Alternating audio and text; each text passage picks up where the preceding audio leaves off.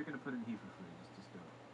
Oh well. But I guess being an influencer gets you heat in the winter. You know, I'll give it that much. Being an influencer means that when it's winter time, your store will not be 7 degrees when your lease says in it that there will be heat provided by the landlord.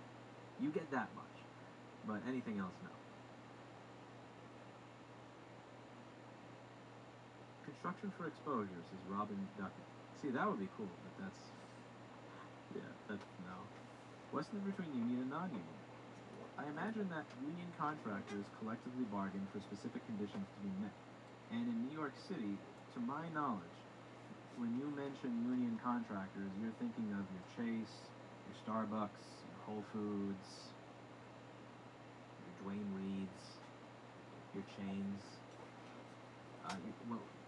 Small businesses are scared of union because union contractor typically means it's going to cost an insane amount of money that is outside the amount of money that you can make if you are a pizzeria, a taco place, a small-time repair shop. You're really thinking of Whole Foods and Trader Joe's when you're thinking of union contractors, because it's going to cost you. It's to my knowledge, from what I've been told from the people I've interfaced with, it's going to add anywhere from 50 to 100% onto the cost of the job. And this is the kind of thing where I'm looking at these and I'm just kind of wondering, how the fuck am I going to pay for this to begin with? You know, this is one of those try and take out a loan or line of credit, see if a bank will give you a loan or a line of credit.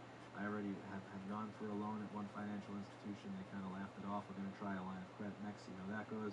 You can also go through the SBA process, but that is a very long-winded, slow process. By the time I get done with that, if I even... In addition to the fact that the fee structure is somewhat higher, it's also the fact that my lease will probably be over here by the time I'm done with that. Why are they charging you 5 weeks of disability and workers' comp? Shouldn't they pay that out of their profit themselves? You know what? That's a good question. That's a great question, because I don't put that as a line item on border payments. So, 200 or 300 or 400.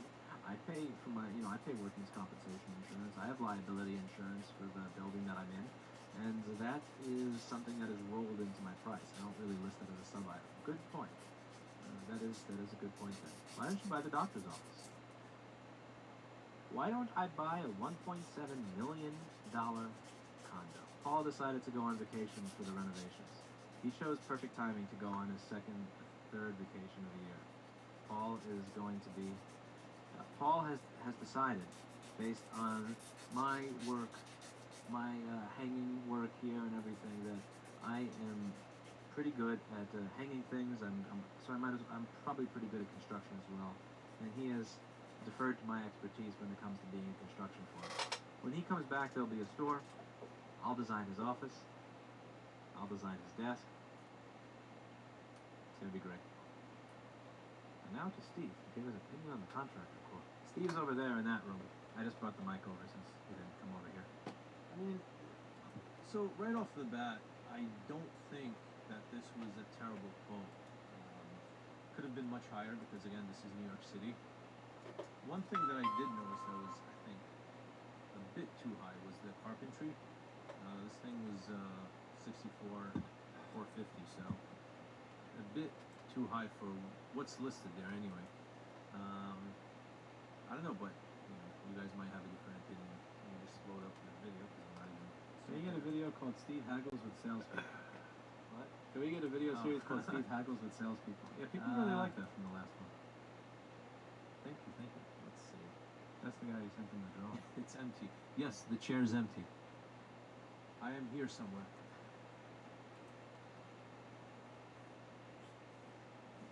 Steve is not able to get up and go to the other room. Yeah, he decided to copy an L and get run over by a truck. I'm copying and pasting my voice to Lewis's chair. So, yeah, the carpentry, that was one thing that I had an issue with. I think I can, reasonably ask him to bring that down. There were a couple of other annoying ones too, like the finishes. That total was 30,125, so 30,125. I think that's a bit too high on the higher end. But overall, I don't really think that this quote in general is absurdly high.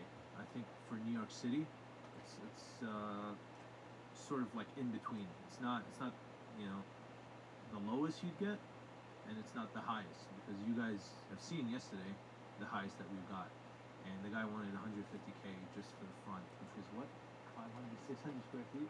That was Yeah. a joke.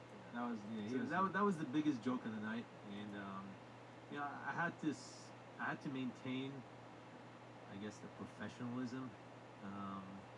You can't just tell the guy to f off. I don't think that's. It's tempting. It is. I don't think that's warranted, but tempting. again, he was for the most part respectful, but could we have told him to like beat it? Yes, but we'd like to keep it on on good terms with it. So yeah, I mean overall though this quote is on the higher end, I think, but it's not like absurdly out of this world. What were your thoughts? I don't know what you want to overlook. So those are the two main no leveling things the floor. No leveling the floor at $195,000. That floor was not that. It wasn't like Tony Hawk. It was. I think it was pretty level. Lewis is the type of guy that's gonna take a leveler and put it on the floor. At $196,000, yes. Fair enough. Yeah, that's fair enough. So I think that needs to be changed. Also, what is you have to pay for his workman's comp and everything else? If you get paying the liability insurance for that specific site, shouldn't that be part of your profit? That should. You're right. And there was one more thing here. Hold on. So the general conditions that came out to 26,430. But I mean, this is like. Alright, so somebody recently asked me to do a video on racism. I think that you guys are just kind of purposely trying to get me in trouble. So somebody asked me to do a video on the FBI spying. Somebody asked me to do a video on Donald Trump's views on immigration. Now this, I really think that you guys just enjoy watching me get my ass kicked and handed to me by trolls who never watch the content, who just want to like cry through every word I say and like just find reasons to just destroy it. But whatever. And this may be fun. So racism and why I think it's bullshit. Let's start with a story from about 22 years ago. And if you're one of those people who don't like these long-winded videos where I seem to talk a lot and tell a story, just an X. Trust me, just an X, because this is going to be a long one. So, 22 years ago, I'm walking along the street with my grandma. So every summer, I would spend about 1 or 2 weeks with my grandma. I love spending time with my grandma, because I don't know how it is in your household, but I came from one of those families where the parents may treat their kids like just like really strict and very very very strict in how they do everything, but then they'll treat that same parent will treat their grandchildren like they can do no wrong. There's nothing you can do wrong if you're the grandkid. I could throw ice cream at the walls. I could probably jump up and down and blast music at 2 in the morning, and it's just, oh, look at that, we're cute, and my grandkids. My grandma had a really thick Italian accent, so it was fun for a 5 or 6 year old. And I remember walking down the street with her one day, and there she waves hello to one of her friends, and then she asks if I want to play with her grandkids. And I look on the porch, and I see them playing, and it's not actually playing. It's 4 kids, and one of them is much smaller than the other 3, and they're all laughing and laughing, but the 3 of them are laughing at how they're beating the crap out of the other one every time the grandma turns around. And it wasn't playful. It was intimidating. It was scary. It was that kid was clearly uncomfortable. He clearly wanted to leave, but he knew if he tried to leave, he wouldn't get away. And it was one of those things where he was like just at the brink of tears. And they were all older than me. So I was about 5 or 6 at the time. These kids were like 10 or 13. I knew what was going on. I'm like, no way in hell. He goes, oh, why don't you want to play? Look, they're all having fun. And I'm like, no way in hell. Why would I want to be a part of intimidation and bullying and people beating the crap out of one another? I mean, especially when I'm smaller than the 10-year-old that they're probably all the 11, 12, and 13-year-olds are beating the shit out of. No, thank you. And we continue walking. Then we walk past the park, and I'm looking at the park, and there's a bunch of kids playing basketball. These kids were a little older. I would say they're somewhere between the age of 15 and 20. They're all playing basketball, and I'm looking, and they're going, yeah, yeah, and they're patting each other on the back. They're going back and forth. They're speaking competitively, so you can tell that they're saying some competitive stuff back and forth, like, yeah, I got you, or, you got your ass handed to you here, and just whatever. I don't remember the exact words at the time, but it was shit like that you'd say if you're playing a video game back and forth and you just kick somebody's ass. You're playing football and somebody just fell down. It was friendly, but it was competitive. And she looks at me. She's like, no, and she grabs my arm And I'm looking, and she like turns my head around and goes, "No, we are not going in there. You do not go in that park." And I'm like, "Why not?" She goes, and she actually starts to cross the street when they start to look at me because I was looking at them playing and smiling, and I waved. And then they're looking at her because she's so scared. And she starts crossing the street. You know what the difference was here? Is that the kids playing basketball in the park were black. And the kids that were beating the shit out of one another, that my grandma wanted me to play with because they looked so nice, were young white Italians. You see, the problem with racism is this. I don't try to look at things in terms of all the problems. What I try to do, I try to approach life the same way that I approach electronics problems. You know, if I see that there's a problem in the front of the circuit, then before I check every single little thing, I will check the back of the circuit. So if I don't have sound, I'm not going to check every little thing in between. I'm going to check at the front, do I have a power supply that works, before I check everything else. And the problem I see with racism is this. The front problem, the primary issue with racism, is that it stops people from thinking. I'm not going to say that I'm not going to get into every issue of race. I'm not going to get into the violence. I'm not going to get into these people can get jobs and these people can't. I'm not going to get into you're allowed into this club and you're not allowed into this club. I'm not going to get into the stereotypes and any of the other crap. Because all of that stems from the fact that when people act in a racist manner, that they stop thinking. When my grandma saw people that looked like her, that she identified with, she looked and she stopped thinking. She was not thinking about whether the look on that very, very scared kid who was about to cry's face might just be because he's getting the shit kicked out. She's not going to look at the fact that he's knocked down. She's not going to look at the fact that the other kids, every single time she's looking away and talking to the mom, are saying, grandma is saying really, really mean things that are very obviously related to the fact that they just kicked the shit out of her. She's not going to try to notice the fear. She's not going to pick up on that. She's turned her brain off in an instance. And the same thing is true when we pass the park where the kids are playing basketball. She's not thinking about the fact that they're all smiling at one another. She's not looking to see that there's no violent behavior. She's not looking to see that it's a friendly game. She saw people different from her that appear to be doing something that is competitive. And she interpreted, instead of thinking, she interpreted that competitiveness as a threat. Because admittedly, when you're competing, there is a bit of that whole, there's a bit of that energy, that vibe of we're trying to beat you, we're trying to win over you. And she took that kind of personally, apparently, and tried to walk me across the street because she wasn't thinking. The problem with racism is that people turn off their brains when they choose to be racist. This is the biggest issue that I've ever seen with racism. And it's something that a lot of us are guilty of at some point in our lives or another. Anybody who's ever laughed at a racist joke is guilty of it. I'm not going to say that I've never been guilty of I can't say I'm not guilty of having turned off my brain at points in my life. And I can't say that I haven't made a silly snicker at a racist joke, whether it's about my race or somebody else's at some point in life. And most people watching this video that are honest with themselves probably, you're going to say the same thing I am. Again, you probably didn't go through 20 or 40 or 60 years of life. Never hear a racist joke and laugh or snicker at one point. And I admit it. I admit that at that point that I was doing that I was being stupid and that I was turning off my brain. When people will look and say, like, let's say, come up with some stereotype, like, all of these people are bums, right? And they don't know how to conduct themselves professionally. Okay, well, let's just take some random stereotype. Let's just say, like, black people don't have jobs, some stupid shit like that. So let's say you take one of those stereotypes. Now, what a racist person is going to do is if they go by a certain neighborhood, black neighborhood, they may be on a train car with 50 people. Now, they may see 47 of those people with briefcases, 47 of those people wearing a tie, 47 of those people reading a book or something that has to do with work or a newspaper and that has to do with their industry. They're reading an article on their industry. 47 professionally dressed, professional appearing people that seem like they have a reason to get up and go to work every day. And then they're going to look and see 3 people that are acting like bums, that are being idiots, that are yelling loudly and profusely, that are dressed as if they don't have a job, that don't seem to give a crap about much of anything. And you know what the racist is going to do?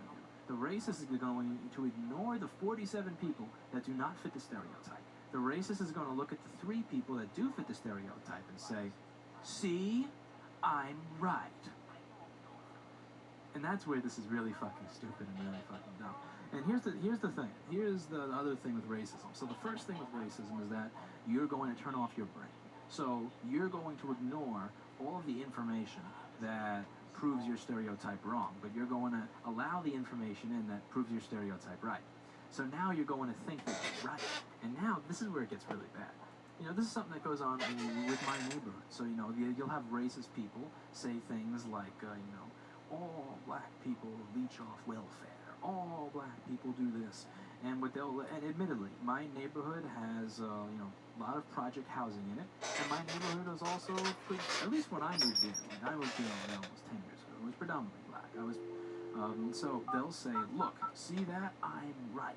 See, look at the neighborhood you live in. I'm right. Look at the project houses and who lives there. And you know what they're going to do? They're going to ignore the fact that in other parts of the country that have 10 times the population of my neighborhood is, and other parts of the country that have 100 times the population of my neighborhood, that almost every single person in project housing is white. They're going to ignore that fact. They're going to ignore the fact that there's an entire country outside of this one neighborhood, but they're going to use that one neighborhood to prove, look, I'm right.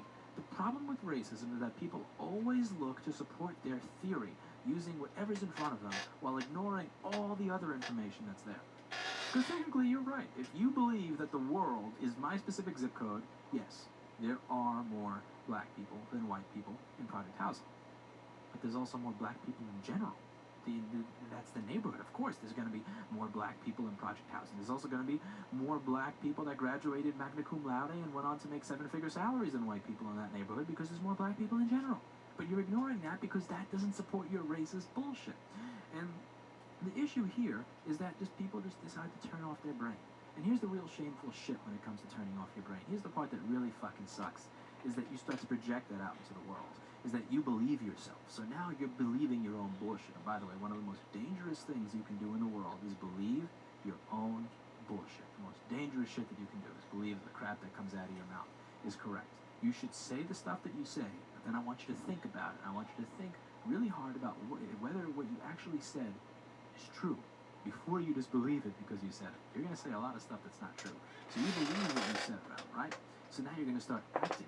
So let's say you're walking down the street and you see somebody that looks different than you, and because they look different than you, and they act different from you, and they speak different from you, but you don't know how to handle it.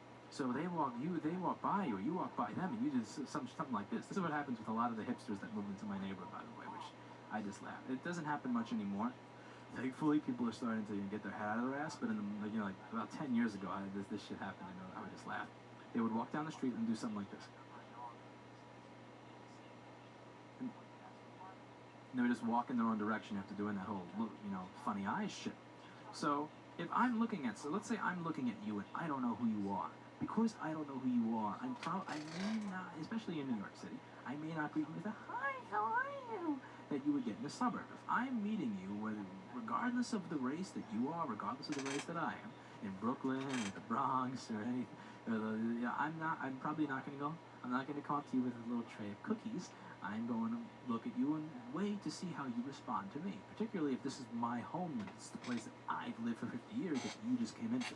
So it's on the person who is just coming there to set the tone for the conversation.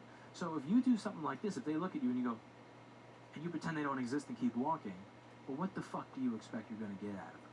You're probably not going to get a nice response out of them. So those new people that move into the neighborhood that are like, oh yeah, the people who live here are bums, or blah, blah, blah. They're the people that are walking down the street. Again, it's on you as the new person to the neighborhood to set the tone for how you're treated. And when you walk down the street and somebody looks at you and you do this bullshit, the googly-eyed bullshit, and then you look away, what tone do you think you're setting? How do you think that person's going to treat you? I liken this to relationships where, you'll have people that are actually going out with somebody who is very, very monogamous, who's very, very dedicated, but the boyfriend always thinks that she's cheating. He has no trust for her. He doesn't let her go out with her friends. He doesn't let her talk to people. He's always in her business. And then one day, because she doesn't feel trust, because she doesn't feel loved, because she doesn't feel trusted, she decides to break up with him and go out with another dude. He'll say, fucking cheating, bitch, she was cheating all along. Reality, she wasn't cheating all along. She loved you and cared about you, but because of your behavior, because of what you projected onto her, she cheated on you and left you. And the same thing is true here. You kind of put something out into the world, and then if you get that back, don't say that it's their fault when you're the one who put it out in the world. Don't say these people don't like me or these people are bums or whatever when you're the one who put out that racist, googly-eyed bullshit into the world. I am 5'6". I dress funny.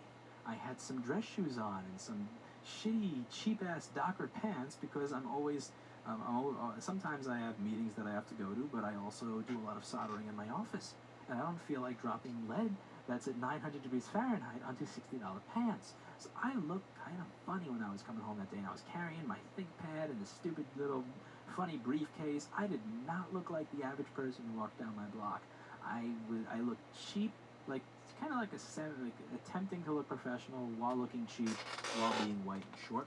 This was not the stereotype of somebody who lived on my block circa 2008, 2009.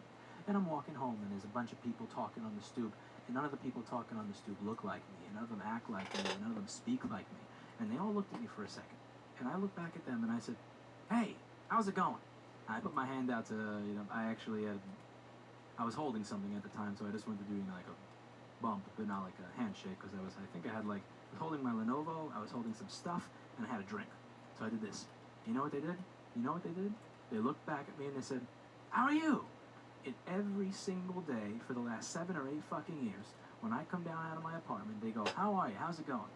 It doesn't matter that I don't relate to a lot of the culture. It doesn't matter that I wasn't somebody they grew up with. It doesn't matter that I'm, frankly, I look pretty fucking weird most of the time. None of that shit matters. What matters is that I set the tone for the conversation just by not being an asshole. Just by putting that positive energy out there into the world. Again, maybe it just has something to do with how I was raised and the fact that when I was made fun of.